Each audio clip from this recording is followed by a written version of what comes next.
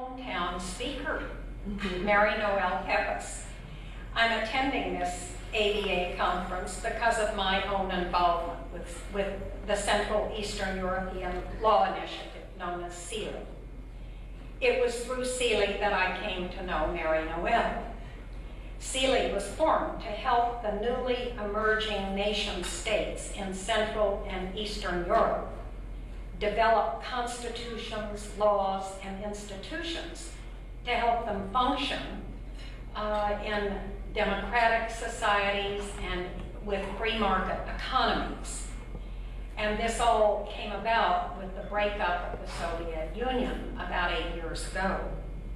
CEELI uses volunteers, attorneys, judges, and legal academics.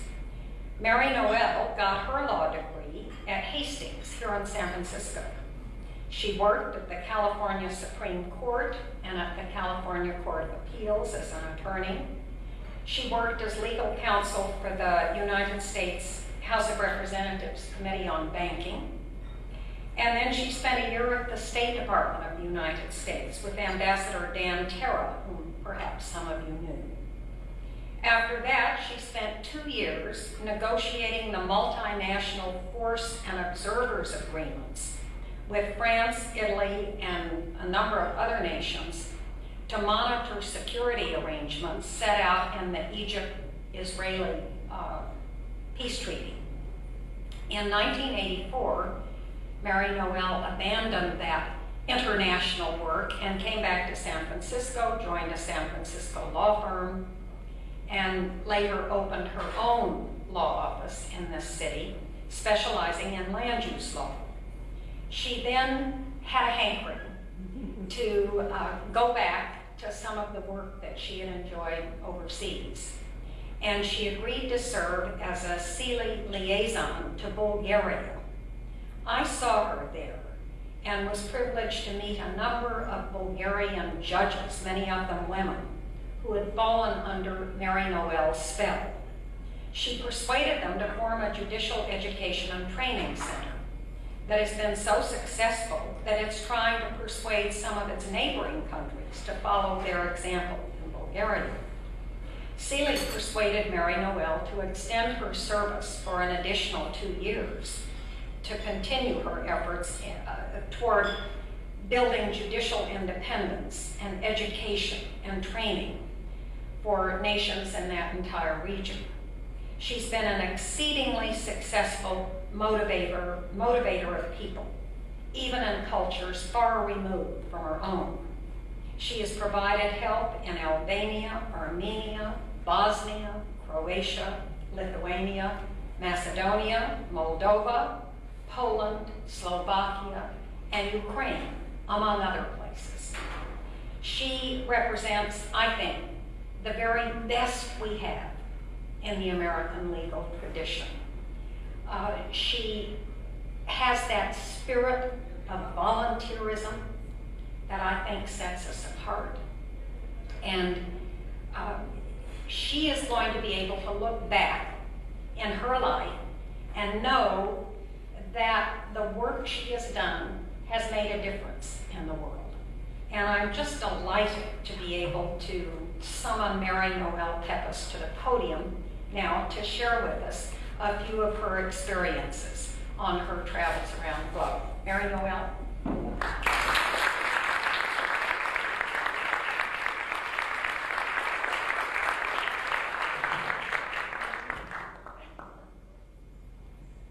It's an honor, Your Honor, to be introduced by Justice Sandra Day O'Connor.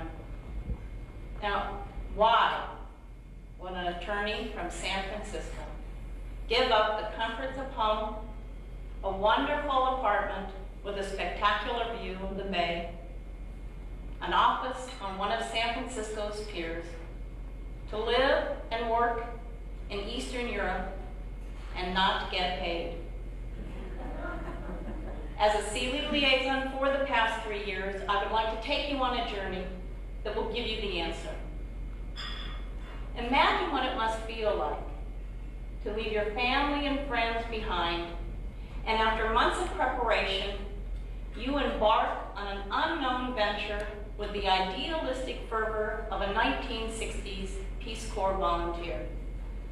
It is exactly how I approached my assignment with CEELI when I went to Bulgaria in October of 1993.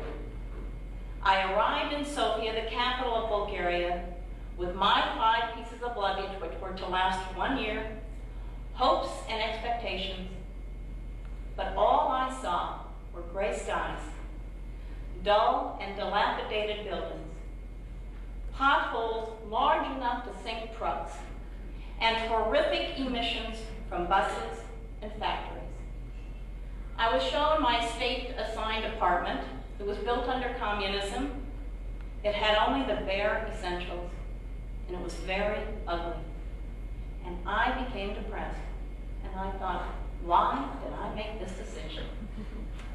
But I went the next day down to downtown Sofia, and I walked around the town. Now, I knew I could not speak the language, nor could I understand Bulgarian. But I had no idea how disconcerting it would be not to be able to read the street signs, read a menu, read a map, because the Bulgarian alphabet is Cyrillic, like the Russian alphabet. So I walked aimlessly around the town, didn't know how to ask people where I was, or in fact where I was going. But I walked and looked around Sofia, and then I decided to take the bus back to my apartment, the same bus I took into the city. I get on the bus, and we start traveling towards my apartment.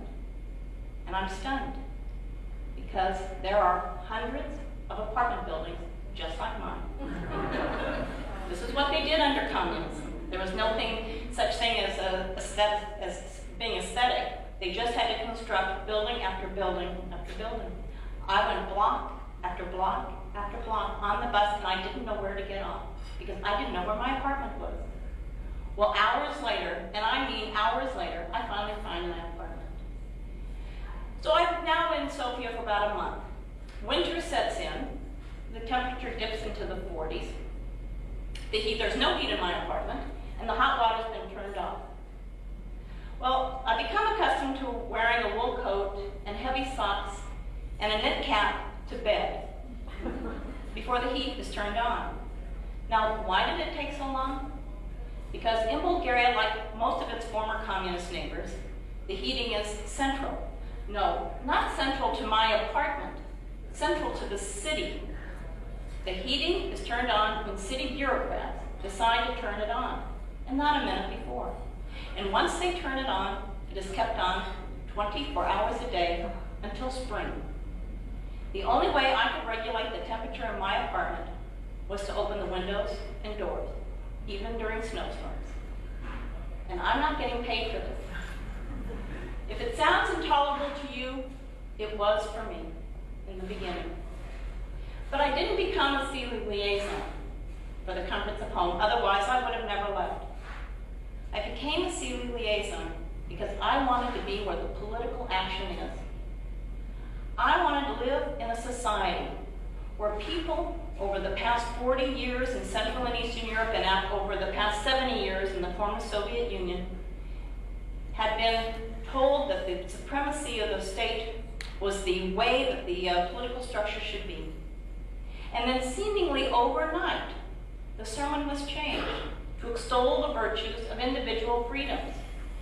I wanted to understand how people so accustomed to state guarantees of food, housing, employment, medical care, even vacations, could suddenly assume the burdens of freedom, taking responsibility for their own lives.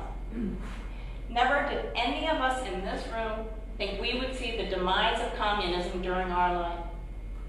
This is an opportunity, indeed a challenge of a lifetime, I thought, to participate in the birthing process of democracy. CEELI began shortly after the demise of communism. Scenes of the Berlin Wall crumbling gave hope to people around the world that democracies and market-based economies would emerge in these former communist countries. The citizens of these countries were euphoric and eager to forge ahead in writing new constitutions and a host of laws which would embrace private commerce and democratic principles.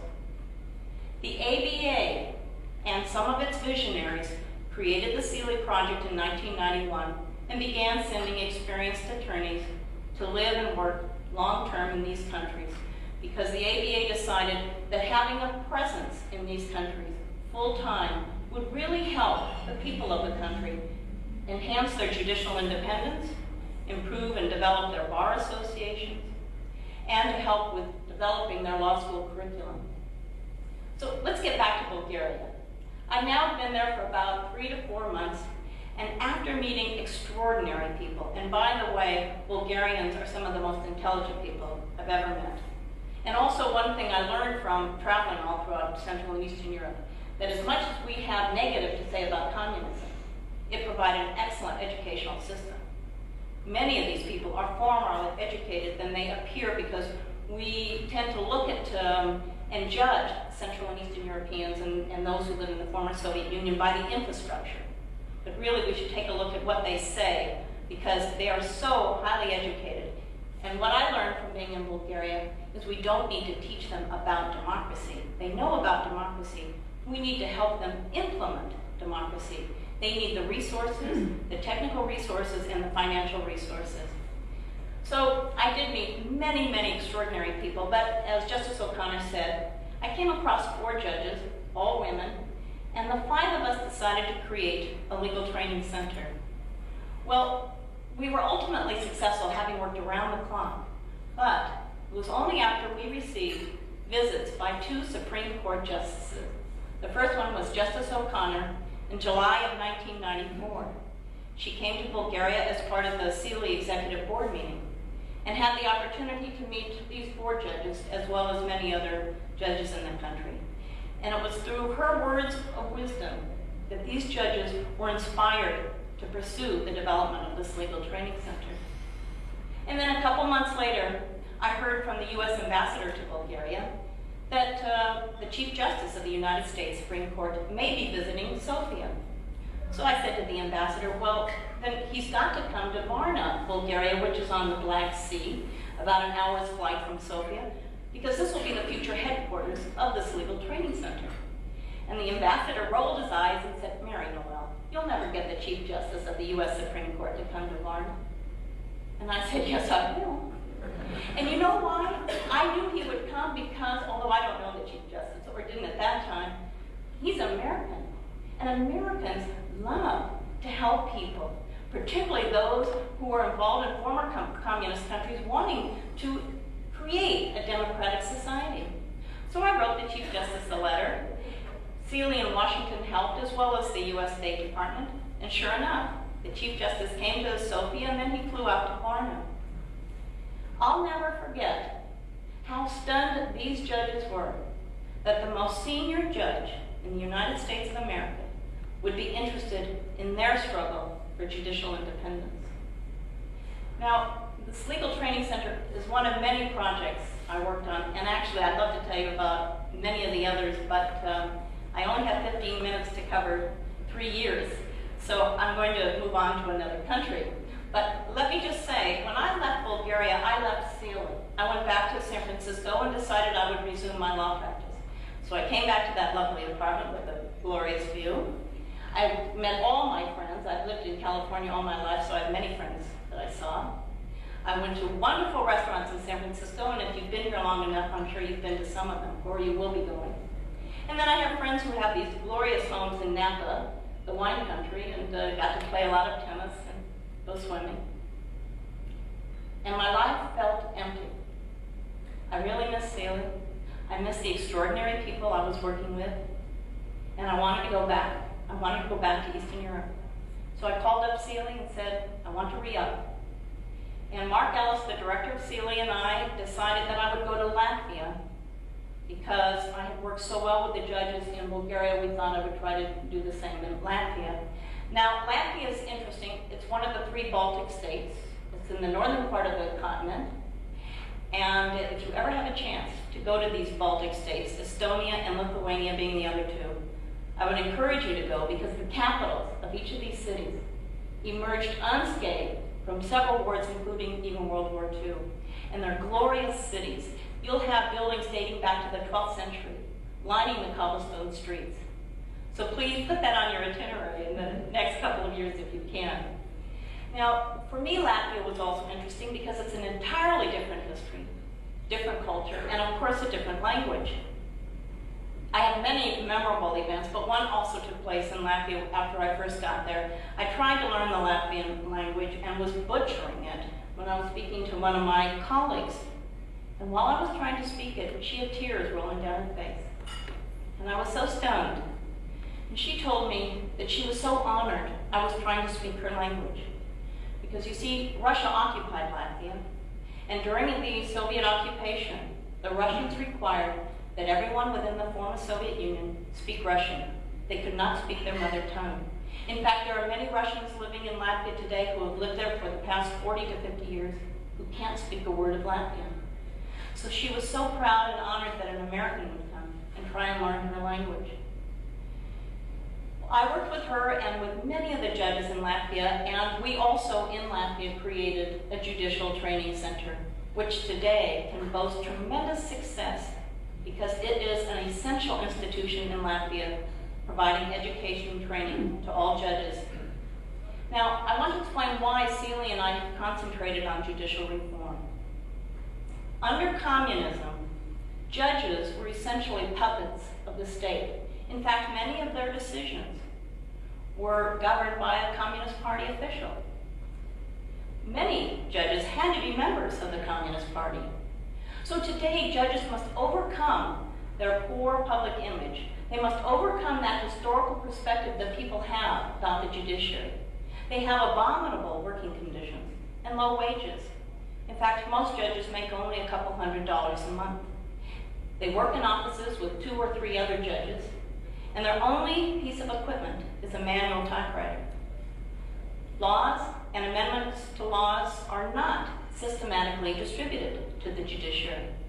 Consequently, there are judges who make uninformed decisions today.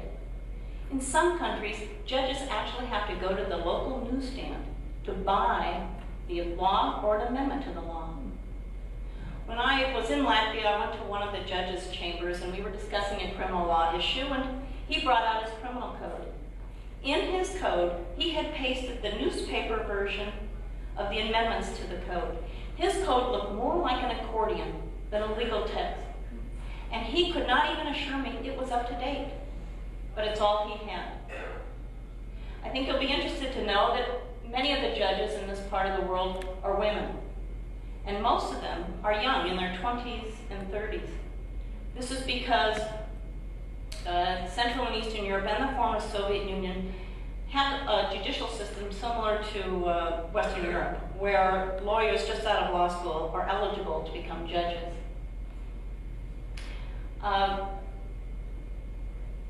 I have, again, more I'd love to say about Latvia, but I'll just say one other thing about Latvia, because people have asked, what are your more memorable experiences? Well, one I had was working with the chairman of the Latvian Supreme Court and the president of the Latvian Judicial Training Center. Unfortunately, judges in this part of the world must fundraise. The government does not have enough money for these judicial training centers or judges associations, so the judges must raise the money themselves. And the best source is through foreign organizations like CEELI, other Western European organizations, and embassies. So I took these 2 gentlemen and told them we must fundraise for the Latvian Judicial Training Center. We must go to different embassies and meet with the ambassadors. Well, Latvians are very passive and very shy, and on top of their cultural behavior, also communism taught people not to boast about themselves. And therefore, it was very difficult for them to go to different embassies and talk to an ambassador and tell the ambassador they needed some money and could he please help. So I literally spent weeks with these 2 very senior and very intelligent men, coaxing them on how to meet their first ambassador. And they were very nervous our first trip in. But we saw an ambassador to one country, and I said what I had to say, and then they gave their own talk. And after they finished, the ambassador said, "This sounds very interesting, and I'd like to give you $10,000. We left the embassy, and these men changed.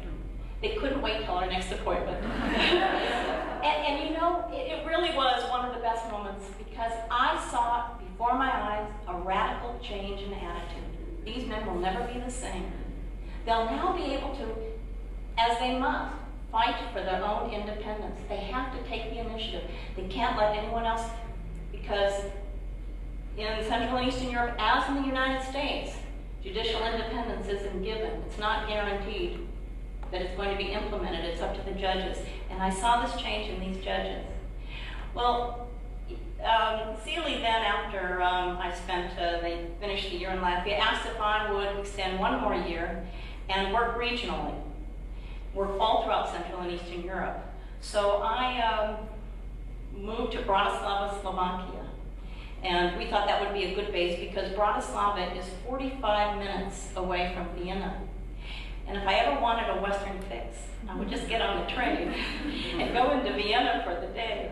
In fact, I remember not too long ago, Justice Clark of the California Supreme Court and his wife called me and said they're in Vienna. Would I like to have lunch?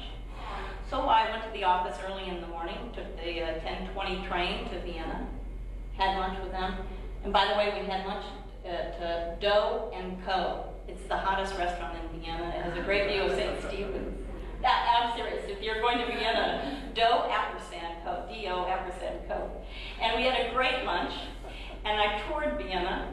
I took the 4 o'clock train back to Bratislava in my office by 5. So, Justice O'Connor, I did play hooky a couple times while I was there. But what was so wonderful for me in this 3rd year is I got to fill my appointment calendar with appointments with judges, as Justice O'Connor said, in Bosnia, Armenia, Albania, Moldova, Macedonia, Romania, Poland, Ukraine. It was glorious. And it takes a lot of effort because each country is vastly different.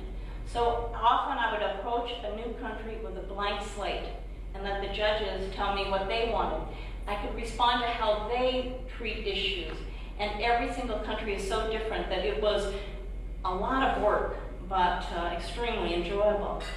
And I would say, having been doing this work for 3 years, one of my greatest achievements is the fact that now I am working with judges, and rather than bringing judges from the United States or from Western Europe, which is what we used to do in our workshops, I am using the judges with whom I've been working for the past 3 years to be the experts for judges from other countries that had similar histories. And that's a real tribute, because that's a legacy that CEELI is now leaving in these countries. So my 3rd year has just come to an end, and I'm back in my apartment with that glorious view, and I'm very happy to be back in San Francisco. But as I think about the past 3 years, I think that they were some of the 3 greatest years of my life. And what was intolerable for me in the beginning simply became inconveniences. But the joy of making a difference and making friends in former communist countries has not only been exciting and challenging, but supremely satisfying. Thank you.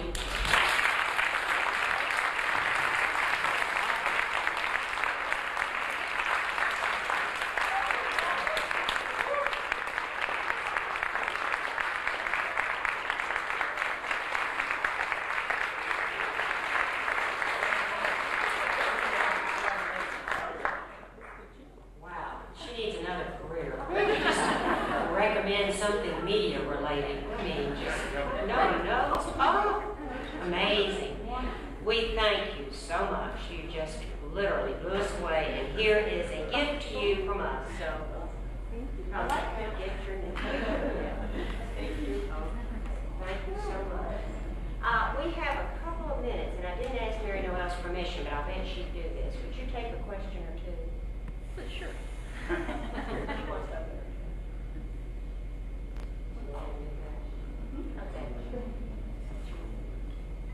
Oh, that's okay. Take a question or two. A couple of people said they wanted to ask something. Anybody that has a question, now's your time. You have to come up here, though, if you ask the question. Well, I want to ask, what do you see as the greatest need, Mary Noel, now, in terms of the kind of help that our liaisons can give? What should we be doing, as you see it?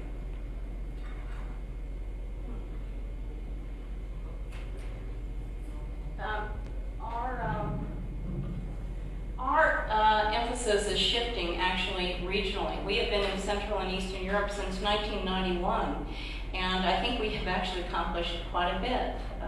CEELI has done a tremendous job, and I want you to know, this is the only organization, I'm going to get to your the answer, Justice O'Connor, but this is the only organization that sends volunteers to Central and Eastern Europe. There is not one other organization around the world that has volunteers. I would think lawyers from France, Italy, Germany should be interested in the future of their neighboring countries, but it's only the U.S. So we're the ones who started in Central and Eastern Europe. And as I say, I think our emphasis now is shifting eastward. We have really accomplished quite a bit in Central and Eastern Europe, and now we're going to focus on the former Soviet Union, the 15 republics of the former Soviet Union. And I would say really doing the same kind of work we've been doing, but just shifting our attention to the republics of the Soviet Union. That is to help enhance judicial independence, develop bar associations. You've got to realize that in most of these countries, bar associations did exist until the mid-1940s, and then they were forced to disband. And not until just the early 90s were most of these bar associations reconstituted. In fact, in Bulgaria, the bar association there just printed a newsletter, and they didn't even have enough money to send it to all members of the bar. They send it just to the local offices around the country. So there's a lot of work to do with bar associations. And then, of course, the law schools, the curriculum has to be improved because laws have changed dramatically since 1991 in these countries, and the curricula has to reflect the new laws.